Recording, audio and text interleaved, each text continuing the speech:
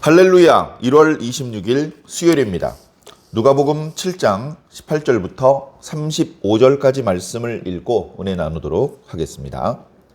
요한의 제자들이 이 모든 일을 그에게 알리니 요한이 그 제자 중 둘을 불러 주께 보내어 이르되 오실 그이가 당신이오니이까 우리가 다른 일을 기다리오리까 하라 하매 그들이 예수께 나아가 이르되 세례 요한이 우리를 보내어 당신께 여쭈어 보라고 하기를 오실 그이가 당신이오니이까 우리가 다른 일을 기다리오리이까 하더이다 하니 마침 그때에 예수께서 질병과 고통과 및 악귀 들린 자들을 많이 고치시며 또 많은 맹인을 보게 하신지라. 예수께서 대답하여 이르시되 너희가 가서 보고 들은 것을 요한에게 알리되 맹인이 보며 못 걷는 사람이 걸으며 나병 환자가 깨끗함을 받으며 귀먹은 사람이 들으며 죽은 자가 살아나며 가난한 자에게 복음이 전파된다 하라. 누구든지 나로 말미암아 실족하지 아니하는 자는 복이 있도다 하시니라. 요한이 보낸 자가 떠난 후에 예수께서 무리에게 요한에 대하여 말씀하시되 너희가 무엇을 보려고 광야에 나갔더냐? 바람에 흔들리는 갈대냐? 그러면 너희가 무엇을 보려고 나갔더냐? 부드러운 옷 입은 사람이냐? 보라, 화려한 옷을 입고 사치하게 지내는 자는 왕궁에 있느니라. 그러면 너희가 무엇을 보려고 나갔더냐? 선지자냐? 옳다. 내가 너희에게 이르노니 선지자보다 또 훌륭한 자니라. 기록된 바 보라, 내가 내 사자를 네 앞에 보내리니 그가 네 앞에서 네 길을 준비하리라 한 것이 이 사람에 대한 말씀이라. 내가 너희에게 말하노니 여자가 낳은 자 중에 요한보다 큰 자가 없도다. 그러나 하나님의 나라에서는 극히 작은 자라도 그보다 크니라 하시니 모든 백성과 세리들은 이미 요한의 세례를 받은지라. 이 말씀을 듣고 하나님을 의롭다 하되 바리새인과 율법 교사들은 그의 세례를 받지 아니하므로 그들 자신을 위한 하나님의 뜻을 저버리니라. 또 이르시되 이 세대의 사람을 무엇으로 비유할까? 무엇과 같은가? 비유하건대 아이들이 장터에 앉아서 서로 불러 이르되 우리가 너희를 향하여 피리를 불어도 너희가 춤추지 않고 우리가 곡하여도 너희가 울지 아니하였다 함과 같도다.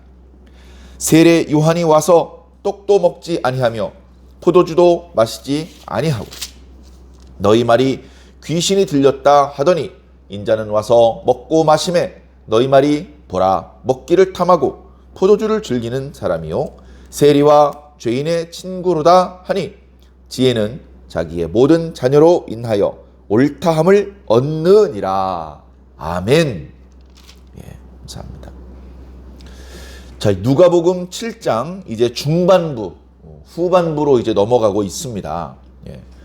누가복음은 뒤에 24장까지 기록이 되어 있지만 어떤 의미에서는 28장까지 기록된 마태복음보다도 더 분량이 많은 것 같고 내용이 풍성한 것 같은 그런 느낌이 듭니다. 느낌이. 그래, 지금 누가복음에서 7장이면 예수님의 사역의 이제 초기인 것 같습니다. 그러나 벌써 초반부에서 중반부로 넘어오는 그런 시점이 된 것 같습니다. 이제 더 이상 예수님은 알아보는 사람이 없어서 회당 같은 데 가야 겨우 당신의 말씀을 들어줄 무리를 만날 수 있는 것이 아니고 언제 어느 때나 어떤 동네에 가시나 예수님을 알아보고 그 이름을 기억하며 많은 사람들이 몰려 나왔습니다. 말씀을 듣기 위해 나온 사람도 있고 그보다는 병 고침을 얻기 원하는 또는 병을 고쳐주시는 모습을 구경하러 어떤 이유 때문이든지 예수님이 가는 곳에는 많은 사람들이 모였고 그렇게 많은 사람들이 예수님을 좋아하고 따른다라는 이야기 때문에 그곳으로부터 멀리 떨어져 있던 유대 지방에 제사장들, 바리새인들, 사두개인들, 서기관, 율법학자 이런 기존의 종교 지도자들이 관심을 가지고 있었습니다. 물론 그 관심은 긍정적인 관심은 아니었죠. 조금은 부정적인 의심스러운 또는 질투에 맞지 않는 그런 입장에서 그런 눈빛으로 예수님을 예의 주시하고 있었습니다. 그래서 우리가 이미 묵상했던 말씀들 4장, 5장, 6장 그리고 7장 앞부분에 예수님께서 하셨던 많은 모습들이 나타납니다. 예수님께서 설교하시는 내용들 주로 6장에 그 말씀들이 가득 차 있던 것을 우리가 기억을 합니다. 예수님께서 병을 고쳐주셨습니다. 나병 환자도 고쳐주셨고 또 중풍병자도 고쳐주셨고 열병 환자도 고쳐주셨고 맹인의 눈도 뜨게 해주셨고 우리가 기억나는 것만 누가복음 안에서 그런 능력을 행하여 주셨습니다. 그리고 귀신 들린 사람들 회당에서도 고쳐주시고 그리고 일일이 개별적으로 그 예가 소개되지는 않았지만 예수님께서 말씀을 전하는 자리에 있던 그 많은 사람들 중에 있던 귀신 들린 사람들 중에서 많은 경우 예수님을 만나서 예수님을 알아보고 두려워하고 예수님의 권세 있는 말씀 앞에 순종하며 물러갔던 그런 기록들이 이미 지금 이렇게 우리가 묵상했던 말씀 속에 이미 나타납니다. 바로 지나간 시간에 묵상했던 말씀 속에는 죽은 자를 살리는 그런 능력의 모습도 나타났고요. 그 앞에는 직접 그 문제가 있는 사람, 귀신이 들렸거나 병에 걸린 사람을 대면하지도 않고 비대면으로 원거리에서 말씀한 것으로만으로도 병자를 고쳐주신 그런 모습들이 나타나고 있습니다.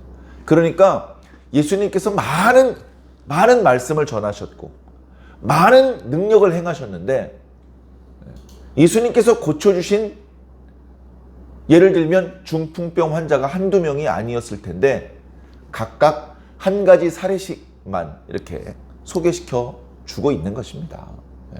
정말 다양한 방법으로 다양한 곳에서 다양한 문제가 있는 사람들을 고쳐주셨죠. 자, 그러다가 오늘 말씀에 이제 이르렀는데 누가복음 7장 18절 이하의 말씀이죠. 앞부분에 보니까 요한이 제자들을 통해서 이야기를 듣습니다.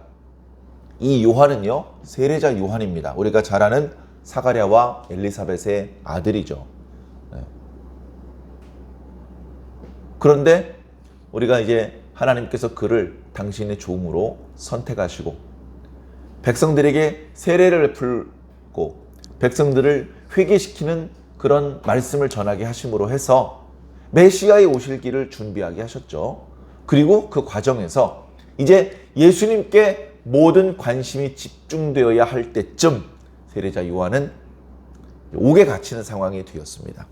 자, 옥에 갇혔지만 그러나 정기적으로 이렇게 세례자 요한의 제자들이 이렇게 면회에 오는 것은 허용이 되었던 것 같습니다.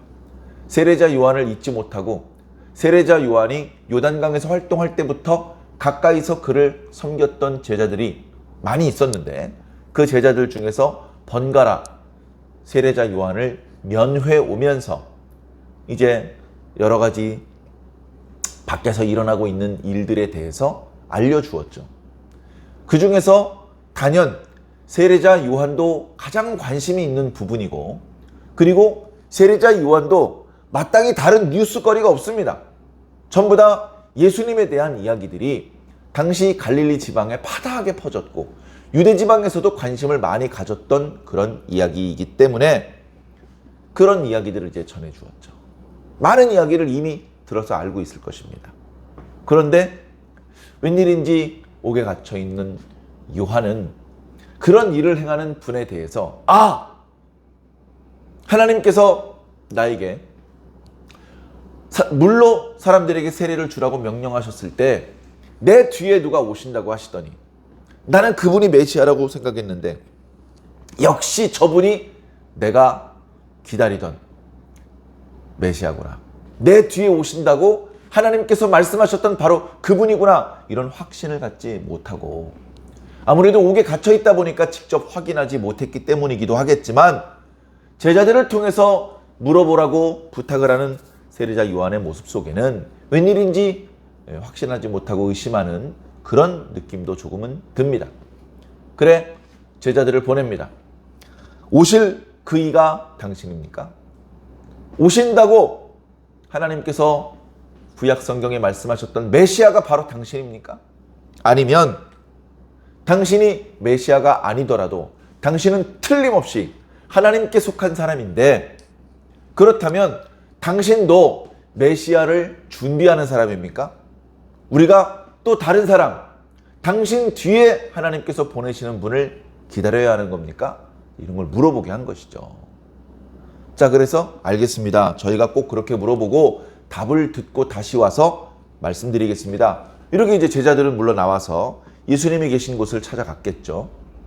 그래서 예수님께서 무리들 앞에 말씀을 전하기도 하시고 병자를 고치기도 하시는 현장에 도착을 했습니다. 네? 제자들한테 우리가 이러이러한 사람인데 왔습니다. 선생님을 만나게 해주십시오. 제자들이 이렇게 왔대는데요. 해가지고 만났죠. 저희들은 요한의 제자들입니다. 그런데 저희가 얼마 전에 옥에 가서 면회를 하고 왔는데 저희 선생님께서 선생님께 이렇게 물어보라고 하셨습니다. 오실 그이가 당신입니까? 우리가 다른 분을 기다려야 되는 겁니까? 답을 주시면 저희 선생님께 말씀드리겠습니다. 공손하게 이야기를 했겠죠. 성경에 나타나진 않았겠지만 세례자 요한이 예수님께 대해서 좋게 생각하고 있었기 때문에 겸손하게, 공손하게 질문을 드리고 답을 듣고 오너라, 그렇게 이야기를 했을 것입니다. 예수님께서 직답을 하지 않으셨습니다. 그래 오냐? 내가 메시아다. 그렇게 말씀하지 않으셨어요. 그렇게 말씀하셔도 됩니다. 주님은 충분히 그럴 자격이 있으십니다. 충분히 그런 면모를, 능력을 이미 보여주고 계셨습니다. 근데 그렇게 말씀하시면 왠지 멋이 없죠. 멋있으려고 그런 거는 아니셨겠지만 예수님께서 그 자리에서 직답하지 않으시고 너희 눈에 보고 들은 것을 그대로 요한에게 전해 주어라. 내가 지금 하고 있는 일. 예수님께서 무리들에게 말씀을 전하시고 잠깐 쉬고 계셨습니다. 그리고 중간중간에 선생님 바쁘고 피곤하실 텐데 정말 죄송하지만 우리 아들이 이렇게 몸이 아픕니다. 우리 아들을 좀 고쳐주십시오. 이렇게 찾아오는 사람 거절하지 않으시고 병을 고쳐주고 계셨거든요. 그래 예수님께서 너희가 보고 들은 대로 요한에게 일러주어라 라고 말씀하시면서 사실은 스스로 당신이 하고 계신 일들을 요약해서 설명해 주셨습니다. 22절을 보면 예수께서 대답하여 이르시되 너희가 가서 보고 들은 것을 요한에게 알리되 맹인이 보며 못 걷는 사람이 걸으며 나병 환자가 깨끗함을 받으며 귀먹은 사람이 들으며 죽은 자가 살아나며 가난한 자에게 복음이 전파된다 하라. 우리가 이미 묵상했던 말씀 속에요. 여기 있는 내용들이 거의 다 나타납니다. 맹인이 눈을 뜨는 것도 있었죠. 또 나병 환자가 고치는 것, 걷지 못하는 중풍병자가 죄사함의 권세를 그 축복을 입어서 일어나는 것, 또 가난한 자에게 복음 전파되는 것. 근데 사실은 이런 내용들이요 구약 성경에 메시아가 오실 때 나타날 현상으로 예언되었던 그런 부분입니다. 예수님 이전에요 수백 년 동안 아주 쉬운 병 하나 고치는 선지자가 나타나질 않았어요. 그리고 구약의 선지자, 위대한 선지자들, 엘리야, 엘리사, 죽은 자도 살렸었어요. 엘리야, 엘리사가. 그런데 그렇게 위대한 선지자도 시각장애인의 눈을 보게 하고 청각장애인의 귀를 듣게 하지는 못했어요. 우리 생각에는 그 맹인의 눈을 뜨게 해주는 것보다는 죽은 사람을 살리는 게 더 어려운 기적일 것 같은데 유대인들은 그렇게 생각하지 않아요. 죽은 자를 살리는 건 구약의 선지자 중에도 그렇게 한 분이 있었다. 그러나 구약의 그 어떤 선지자도 맹인의 눈을 뜨게 한 적은 없다. 누가 맹인의 눈을 뜨게 했다면 그는 바로 메시아다. 이런 생각을 유대인들은 가지고 있었던 겁니다. 그런데 바로 예수님에게서 그런 모습들이 나타나고 있는 것이죠. 그러니까 이 예수님의 대답은 바로 내가 바로 메시아다. 다른 사람 기다릴 거 없다. 이제 이런 의미로 말씀을 해 주신 것입니다. 그러면서 한 가지 23절에 누구든지 나로 말미암아 실족하지 아니하는 자는 복이 있도다. 예수님께서 이렇게 기적을 행하시고 권세 있는 말씀을 선포하시는데 그런데도 예수님 때문에 실족하는 사람들이 있을 수 있느냐? 있습니다. 예수님의 능력과 예수님의 말씀은 탁월하시지만 예수님의 외모는 전혀 탁월하지 않거든요. 그저 평범했거든요. 어쩌면 평범보다 조금 모질라 보였을지도 모릅니다. 메시아에 대해서 가지고 있었던 기대감이 있었을 것입니다.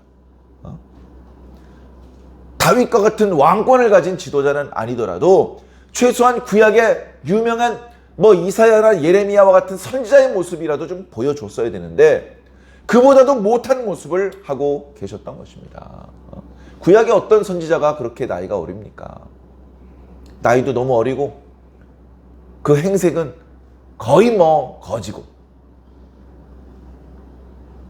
더군다나 당시 사람들이 가지고 있던 메시아의 기대치에 미치지 못했습니다. 유대인들은 조금 전에 말씀드렸던 것처럼 다윗과 같은 정치적인 군사적인 지도자, 그래서 유다를 독립시키고 경제적으로 부강한 나라로 만들어주기를 바랬는데 그런 모습이 전혀 아니었고요.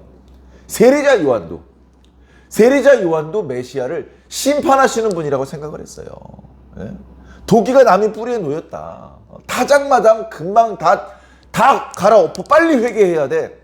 이제 본인이 그렇게 느꼈기 때문에 그런 내용으로 요단강에 왔던 사람들에게 설교를 하기도 했었는데 제자들을 통해서 들은 예수님에 대한 이야기는 전혀 도끼를 휘두를 것 같지가 않은 것이죠. 돌들로 아브라함의 씨를 만드실 것 같지가 않은 것이에요. 그저 한가롭게 말씀이나 전하고 있고 병자들이나 고치고 있으니 이분이 맞나? 자신이 알고 있는 그 그림을 충족시키지 못하기 때문에 이런 일화가 생겼던 것 같습니다. 그래서 예수님께서도 나로 인하여 실족하지 않는 것이 좋다. 예수님, 왜 우리의 기대치를 충족시키지 못해 주시는 겁니까? 그렇게 요구하지 말고 있는 그대로의 예수님의 모습을 받아들여 주시기를 부탁을 드립니다. 그러니까 예수님은 정말 답답하셨을 것 같아요. 예수님, 유대인들이 받아들여 줬습니까? 유대인들이 질투하고 율법을 어겼다, 안식일을 어겼다, 귀신의 왕 바알세불이다. 그 잡아 죽였잖아요.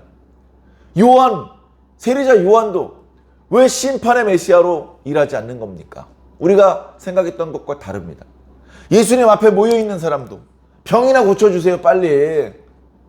병 좀 고쳐주세요.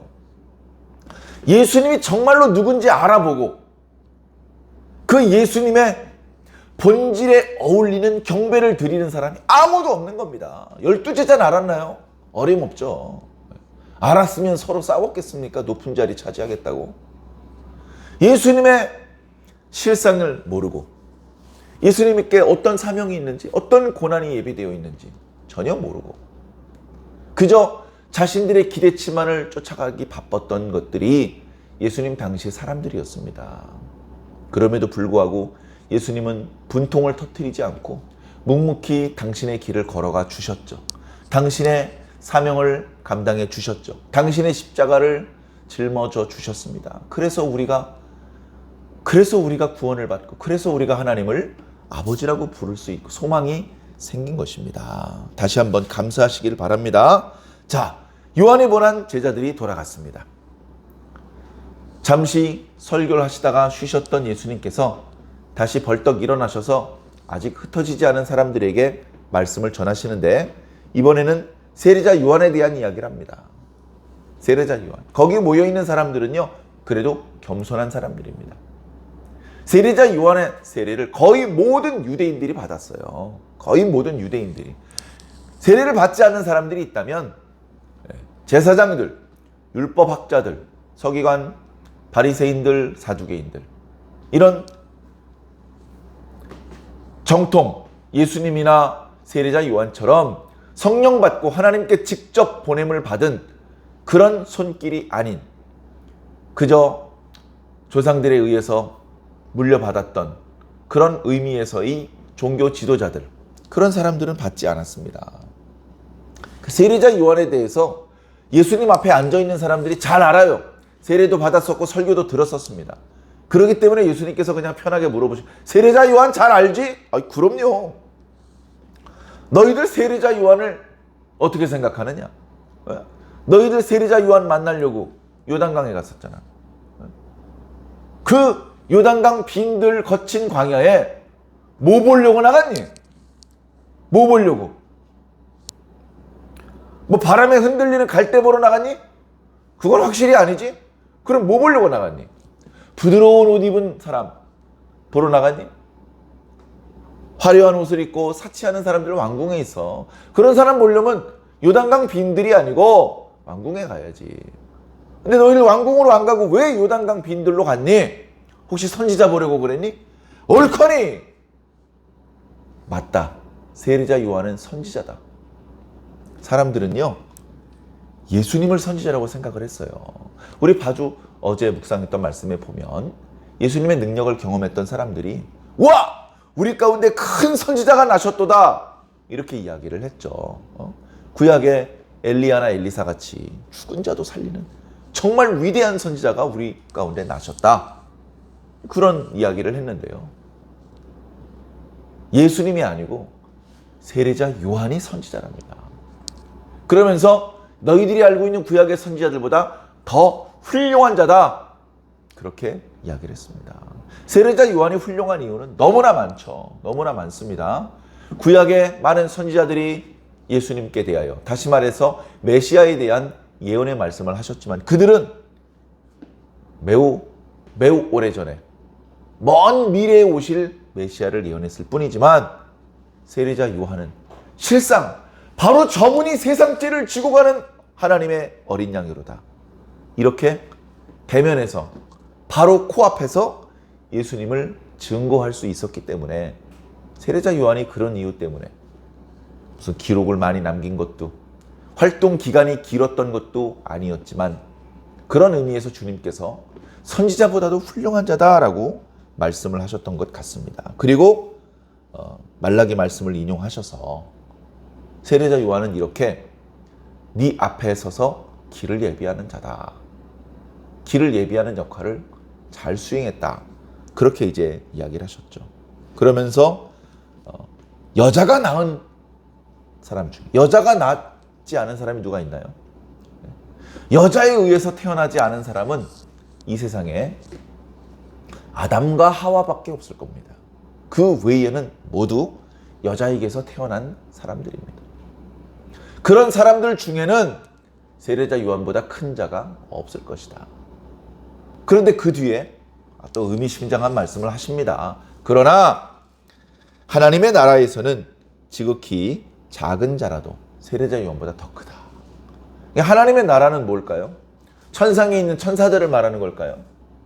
뭐 그렇게 설명하시는 분도 있는데 예수님의 말씀을 듣고 하나님의 백성이 된 사람들, 제자들, 하나님의 자녀들, 말씀으로 믿음으로 하나님의 자녀가 된 너희들은 세례자 요한보다도 더 큰 자다.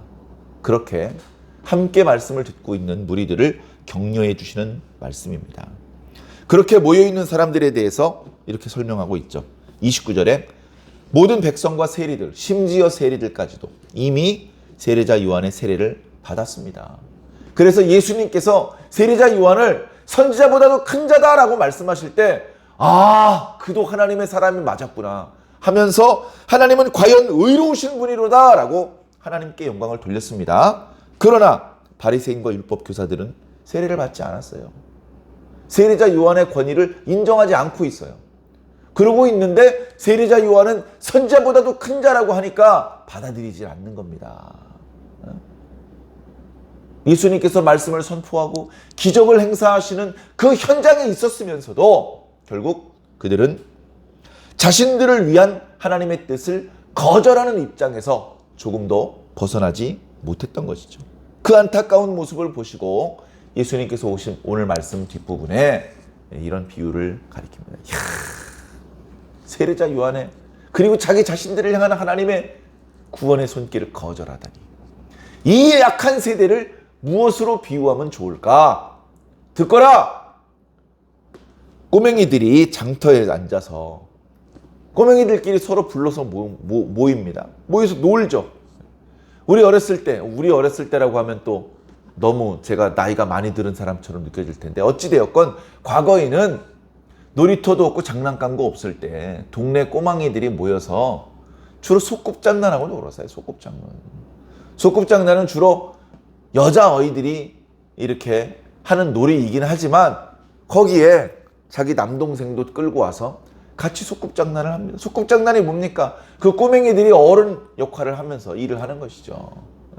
그 어린 녀석들이, 남자 녀석은 술 취해서 집에 들어오는 남편 역할을 하고 또 여자아이들은 그 남편한테 바가지를 긁는 그런 역할을 합니다. 왜냐하면 집에서 맨날 보는 게 그거거든요. 임신을 하고 배가 불러가지고 아이를 낳기 위해서 끙끙 소리 지르는 그런 것들을 이제 안 보는 것 같아도 어린이들이 다 보고 있다가 자기들끼리 모였을 때 그 흉내 내는 거예요. 그러면서 깔깔깔깔 거리고 연기를 하는 녀석이나 구경하는 녀석이 그렇게 재밌게 봅니다. 자, 이 유대인들도 비슷한 거죠. 장터의 꼬맹이들이 여기저기 동네에 살던 아이들이 모여가지고 노는데 오늘 말씀에 보니까 얘네들이 하던 놀이는 결혼식 놀이 아니면 장례식 놀이예요. 무슨 행사가 없잖아요. 그래, 피리를 분다는 것은 결혼식이 아니면 피리 소리 들을 일이 없어요. 결혼식 놀이를 하는 것을 이야기를 하는 것이고요. 곡을 한다, 엉엉 운다. 정말로 우는 게 아니고 우는 흉내 내는 것이죠. 보니까 장례식 때 어른들이 울더라는 것이죠. 어린이들이 뭐 따라서 웁니까? 근데 자기들끼리 모였을 때 그걸 신용을 하면서 놀이를 하는 건데 이게 한 녀석이 피리 소리를 내면 그 피리 소리 신용을 내면 모여있는 꼬맹이들이 어른들이 포도주 마시고 결혼식에 흥겹게 춤추는 모습을 흉내를 내야 재밌습니다. 그리고 한 녀석이 우는 신용을 하면 다 같이 엉엉 우는 신용을 해야 재밌는 거예요. 근데 문제는 뭐냐? 피리 소리를 삘릴리 해도 아무 녀석도 따라서 춤을 추고 분위기를 돋구질 않습니다. 에이 재미없어. 그러면 곡소리를 내볼까? 엉엉엉 아무도 따라서 울질 않습니다. 이렇게 하나님께서 뭔가 메시지를 보내고 계신데 그 메시지에 응답하지 않는 세대다. 이 세대는. 그러면서 직설화법으로 말씀하시죠. 세례자 요한은 와서 떡도 먹지 않고 포도주도 마시지 않았더니 절제하고 금욕하는 모습을 보여주었더니 귀신 들렸다. 예수님은 절제하지 않고 떡도 먹고 포도주도 마시는 모습을 보여줬더니 먹고 마시는 것을 너무 즐긴다. 그리고 죄인들과 함께 먹고 마시는 부정한 녀석들이다. 이렇게 너희들이 말을 한다. 그거 어떻게 해야 된단 말이냐? 안 먹어도 뭐라 그러고 먹어도 뭐라 그러고 도대체 어떻게 해야 너희들의 마음에 흡족하냐? 이 세대는 하나님께서 어떤 형태로 손길을 내미셔도 거절한다. 이 세대는 하나님의 복받기 어려운 지경이다. 그런 말씀을 하시는 것이죠. 그러나 맨 마지막 말씀, 그러나 지혜는 자기의 모든 자녀로 인하여 옳다함을 얻으리라. 하나님께서 당신의 메시지를 사람들에게 전파하십니다. 사람들이 다 거절합니다. 그런데 하나님의 말씀은 지혜로운 말씀입니다. 옳으신 말씀입니다. 사람들이 거절한다고 엉터리라는 것이 아니죠. 그래, 하나님의 말씀이 선포될 때에 거절하는 사람들 틈에 그 말씀을 영접하는 사람, 믿는 사람, 받아들이는 사람들이 있습니다. 그들은 이제 말씀의 자녀가 됐습니다. 지혜의 자녀가 됐습니다. 지혜의 자녀들은 하나님의 말씀을 지혜롭다고 인정해요. 거절하는 사람은 인정 안 하겠지만 그것을 믿고 받아들이는 사람은 이것이야말로 하나님의 지혜와 능력이 아니냐라고 인정하고 감탄하고 하나님께 영광을 돌리고 그 말씀의 내용대로 살기 위해서 부단히 노력하겠죠. 저와 여러분들은 어떤 입장입니까? 하나님의 말씀이 선포되어도 하나님의 뜻이 드러나도 무엇이 하나님께서 원하시는 뜻인지 명백히 알고 있으면서도 침묵하고 있고 거절하고 있다면 예수님께서 오늘 탄식하셨던 것처럼 이 세대, 아이들이 장터에서 피리를 불어도 춤추지 않고 곡하여도 함께 울지 않는 세대라는 책망을 어찌 피할 수 있겠습니까? 비록 그 말씀을 받아들이고 온전히 믿고 준행하는 그런 자들이 많지 않다 하더라도 저와 여러분들은, 우리 교회는 바로 지혜의 자녀, 말씀의 자녀, 하나님의 자녀로 인정받아 하나님께서 말씀을 주실 때마다 아멘으로 받고 믿음으로 받고 그 말씀이 과연 오롯이 하나님의 말씀이라 인정하며 하나님께 영광을 돌리는 모습이 되어야 하지 않겠습니까? 오늘도 말씀 없이, 주님 없이 홀로 지내다가 실수하고 후회하는 그런 모습으로 살지 마시고 말씀과 함께, 주님과 함께, 성령님과 함께 동행하면서 하나님의 뜻대로 사는 그런 오늘 하루가 되기를 주님 이름으로 간절히 축원합니다.